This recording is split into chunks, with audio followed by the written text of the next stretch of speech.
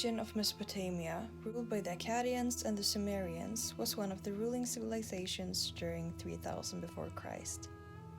How important the gender roles were during this time differed depending on if the Akkadians or Sumerians ruled.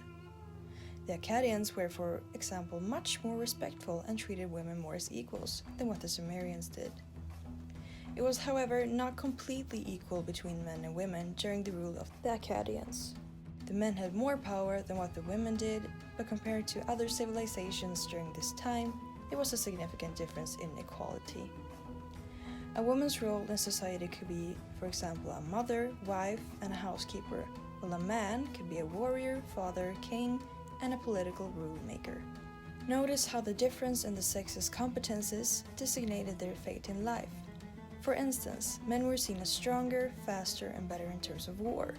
Therefore, they could become soldiers and take care of the farms. Women were, however, seen as more emotional, helpful, and smart human beings. Hence why they had to stay at home to cook, clean, and take care of the children. Regardless of this, Sumerians believed that women were important too, just not as much as the men. So when the Sumerians took over, the equality faded and turned more into a patriarchal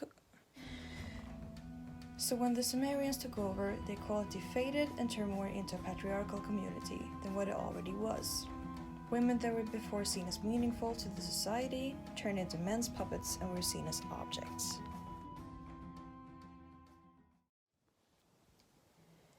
In another part of the world, a new way of ruling was flourishing. It is called matriarchy, which means that the social, political, and economic power belongs to women. The region that is said to be the first to use this new way of ruling was located where we find China today and was called 仰韶文化，武则天 was the first official female emperor in Chinese history to rule the country. There are not many documents from this time and place, but what has made archaeologists believe that women were seen with high admiration was the way they were buried. When men were buried close to their mothers, it often meant that the mother was of high dignity in their culture.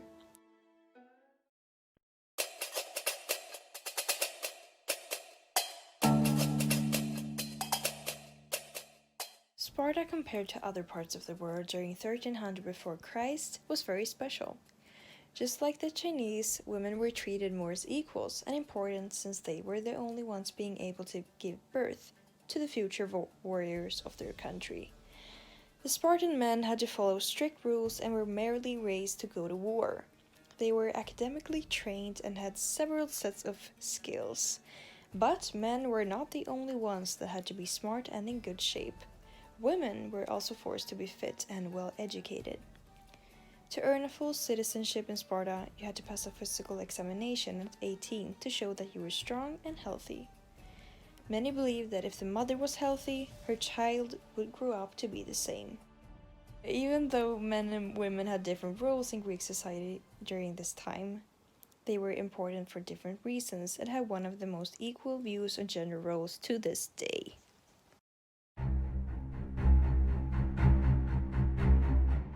As time goes on in the world, the gender roles differ more and more.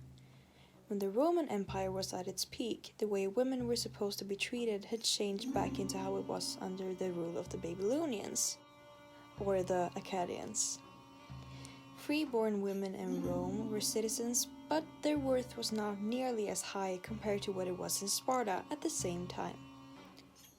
How we can determine that women were not as important as the men is by, for instance, looking at their names. Men usually had 3 names, same as most people have today: first name, middle name, and surname, while women only had 1. They could also be associated with the name of their husband. All finances were also handled by the men until they died. But that did not automatically correlate to letting the woman of the house take care of it. She was only able to take over the economy if she had given birth to 3 children. There were some loopholes for the Roman women though. If you were born into a wealthy lifestyle and family, you had a little more luck than the ones being born into poorer homes. Even though you did not have political power, you were still able to have an impact on agreements thanks to private negotiations. Some of the most important women that have made an impact on society during this time were Cornelia Africana, Servilia Caepionis, and Lucrezia. many poems, satires, and comedies from ancient Rome have been preserved and describe what normal women did during this time. They could, for example, go to theatrical events, do their makeup, go shopping, and more things that modern women do today as well. Women could also sell and own land, write their own wills, and appear in court. One woman who was known to have masculine opinions in the form of a female in court was Maesia Sentinas. She was very opinionated and independent. She would therefore get called the androgyne. If she would have been alive today, I think she would most likely get called a feminist.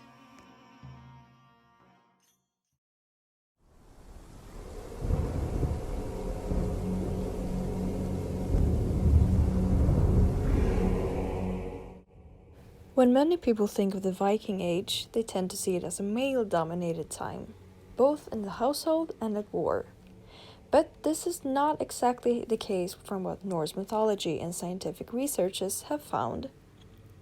Many women actually fought alongside the men and were called shield maidens. They would dress up in armor and fight for Scandinavia on the battlefield, just like everyone else.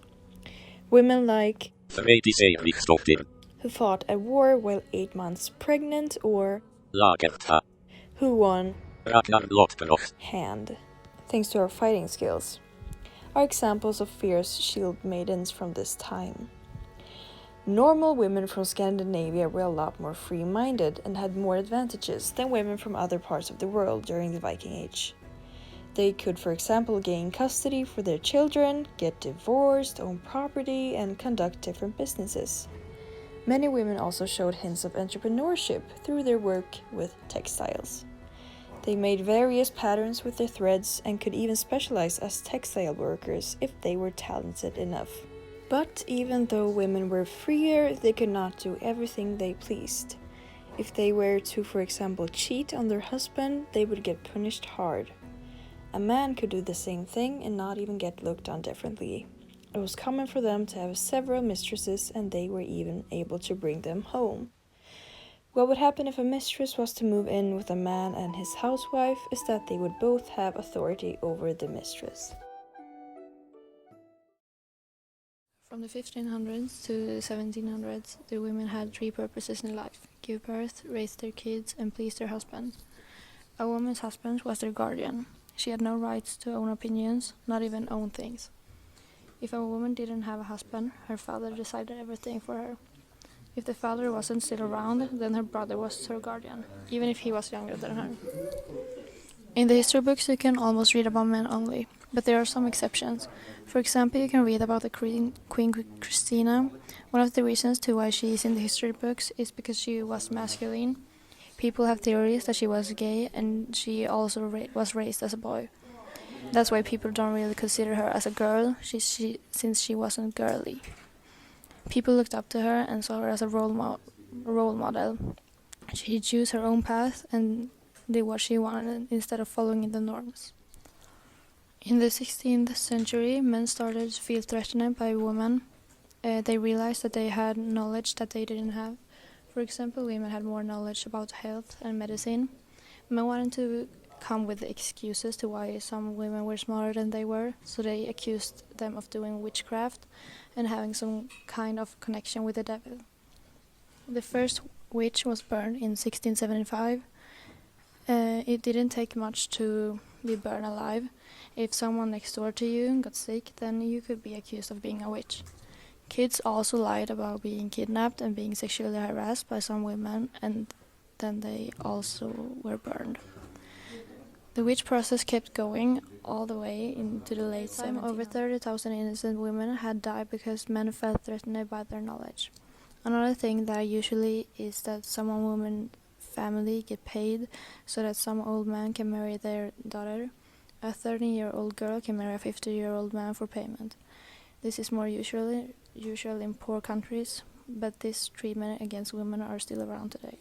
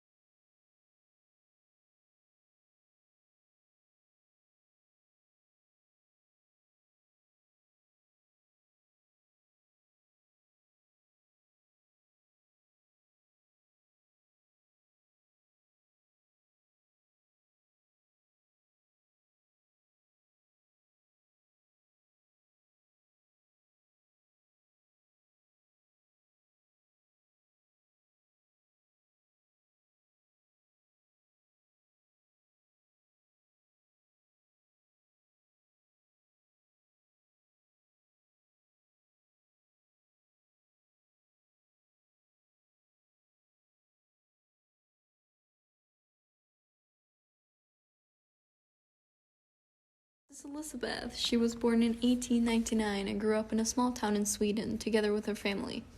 She lived together with her mother, father, and 5 siblings. Her mother stayed at home during the days and took care of the children as well as the chores that needed to be done around the house. This is how it was for most women. They do things around the house whilst the men provided for the family. Since she was the oldest, as a child she would mostly help her mother. However, eventually she became a maid in another family to help support and provide for her own family, since they had times when they were short on money. When Elizabeth was 10 years old, in 1909, all men in Sweden were granted the right to vote, but women were still not allowed to vote at all. This, however, changed 10 years later in 1919, when women finally were granted the right to vote. The same year, Elizabeth got her first job as a waitress at a local restaurant.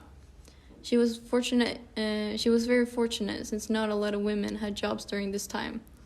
Most women, like her mother, would stay at home to look after the children, do chores as well as prepare food until their husband came home. Even though women got the right to vote in 1919, the first actual election where women could vote was held in 1921, and that's when Elizabeth voted for the first time. She continued working until she met the man who she soon married. He had a good education and could provide for their future family together. Elizabeth then quit her job as a waitress and instead got a job as a maid at a rich family's house. This job was perfect for her since she could bring her children there and didn't have to worry about finding a babysitter.